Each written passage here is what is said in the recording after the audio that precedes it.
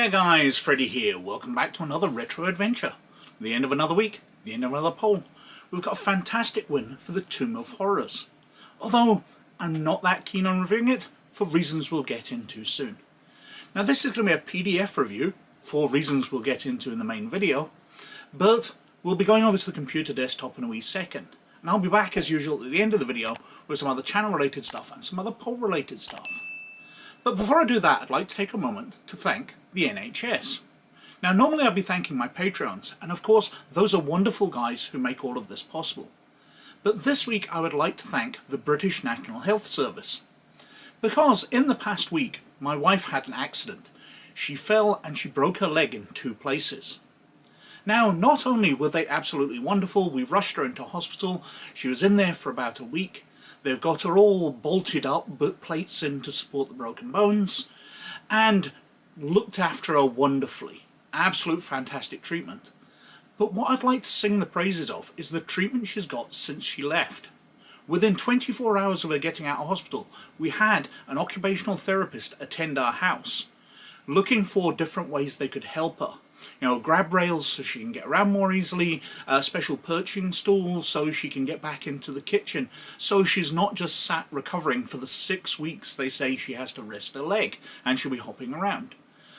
But beyond that even, all her medical appointments, even the ones she had beforehand, have been rescheduled to take into account the fact that she's getting around on crutches at the moment.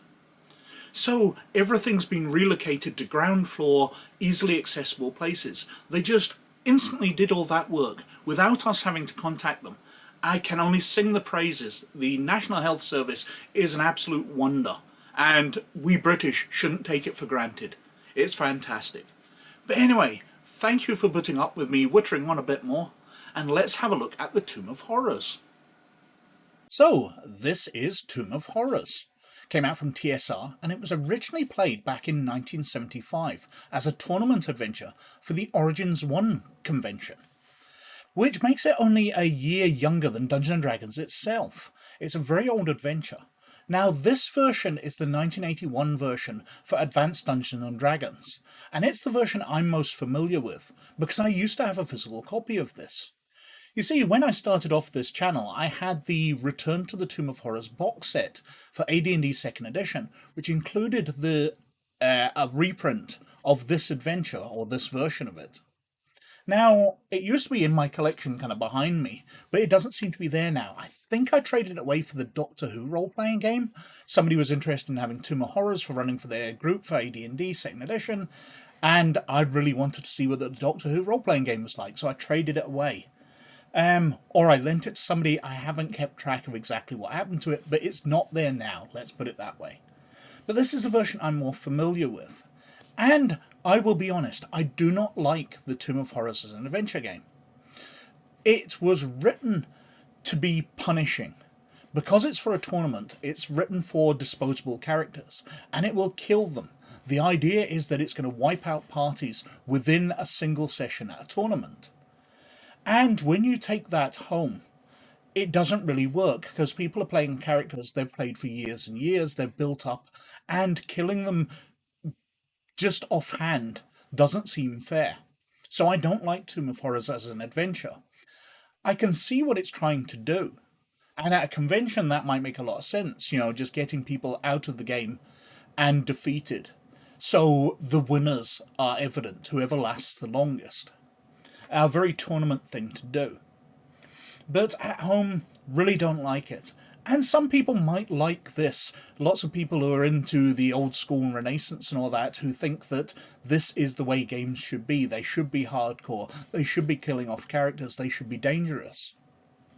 But I'm more in it for the role-playing. I'm in for the long term, building up your character, building up relationships, all the NPCs you become friends with. And something like this just kills you off, and I don't see the role-playing benefits to it. For example, I'll point out as we flick through, there's one trap involving a door. If you open it, you're pretty much dead. But I don't see how you can role-play your way around opening a door. You open it or you don't open it. You open it softly, quickly. There's not much to it. And the trap goes off despite that. Anyway, the adventure itself's pretty short because it's supposed to be completed within a session or two.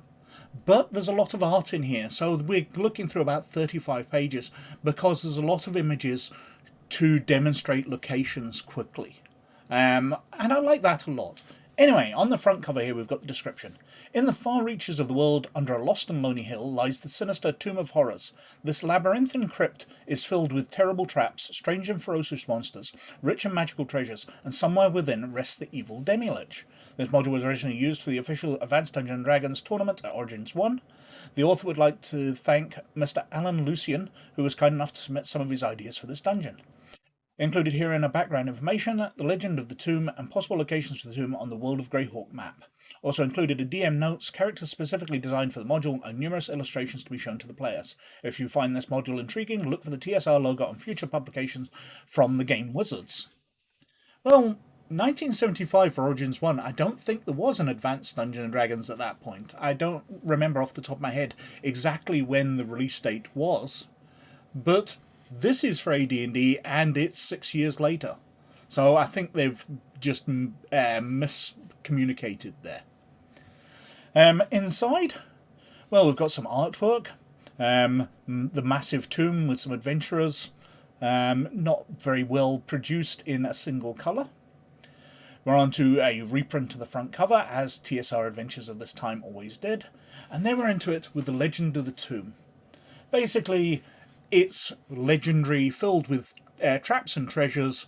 The treasures will set you up for life if you're willing to risk going against the traps.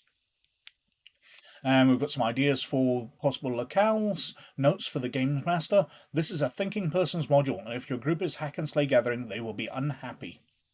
Well, it's thinking your way round traps rather than thinking your way around encounters. I think it's a very specific type of adventure where people who like puzzles will like it. And I don't like puzzles that much. I don't see the point in them, really. Anyway, we go through, it describes the start, and then we're into the key for the tomb. We get the map much later. And there's false entrances, the actual entrance, there's the Globe of Annihilation, which is one of the classic traps as you go in. There's a carving in the of a face with an open mouth which looks like you should climb through, but it's perpetually black in there. You can't illuminate it. But it's a Globe of Annihilation, so if you try and climb in, your character's dead.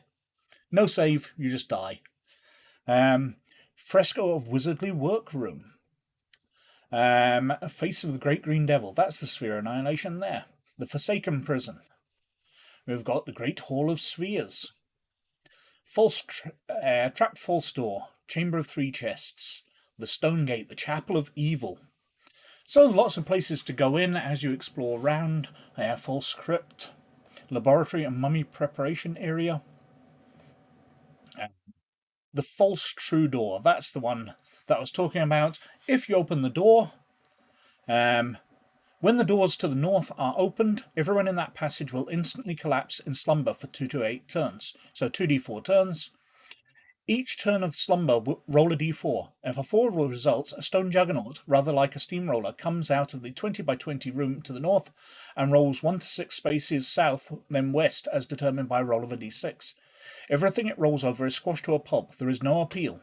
So, if you open that door, and you're within 6 squares, and the DM rolls a 4, and then rolls high enough for it to reach where you've fallen unconscious, you're squished and dead. No saving throw. No saving throw to fall unconscious. No saving throw to avoid being squished.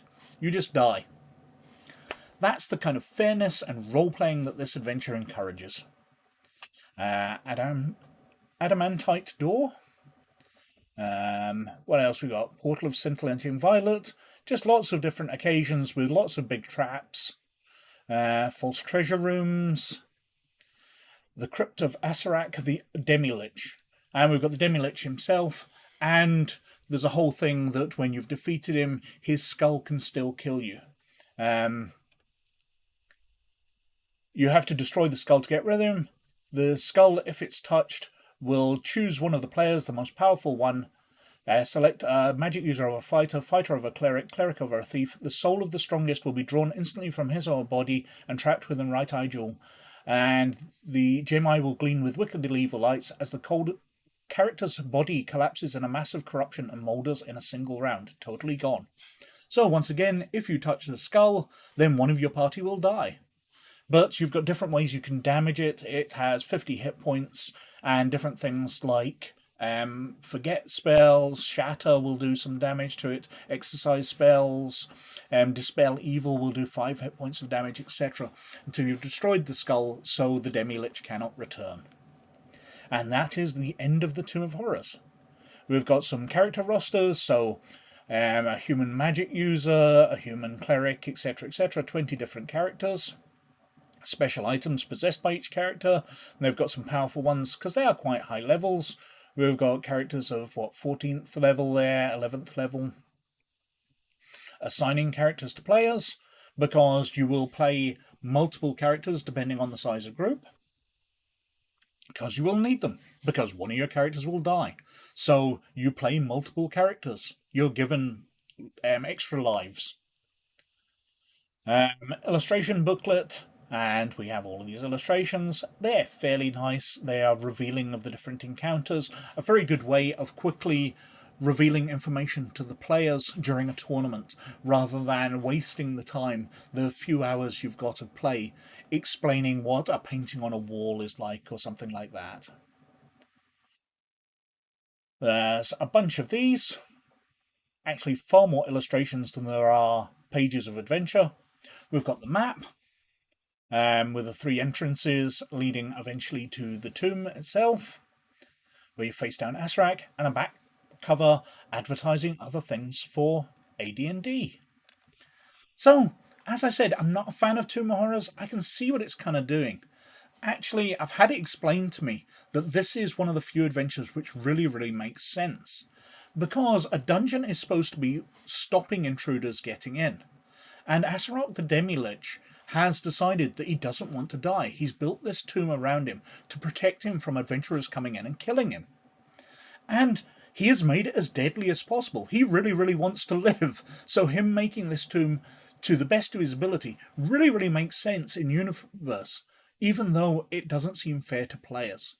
But I can see its purpose. I can see its purpose within a tournament. I can see the logic behind it. I'm just not a big fan of it. So that was Tomb of Horrors, and that won the poll this week. But it was a fantastic poll, because at times 4 of the titles were leading. We had Empire in Flames ahead at one point, we had Atomic Age Cthulhu ahead at one point, and Imperial Double Cross rallied closely at the end and almost took the title. Only the Operation Overlord for 2300 AD didn't lead and was doing poorly throughout the week. But anyway, Tomb of Horrors won on 28% of the vote. Behind that was Imperial Double Cross for Star Wars on 23% of the vote. Empire in Flames came in on 20% of the vote. Atomic Age Cthulhu was on 19% of the vote, and I have to admit that was the one which most interested me, because I knew little about it, but reading a little absolutely fascinated me. And way back behind was Operation Overlord for 2300 AD on only 10%.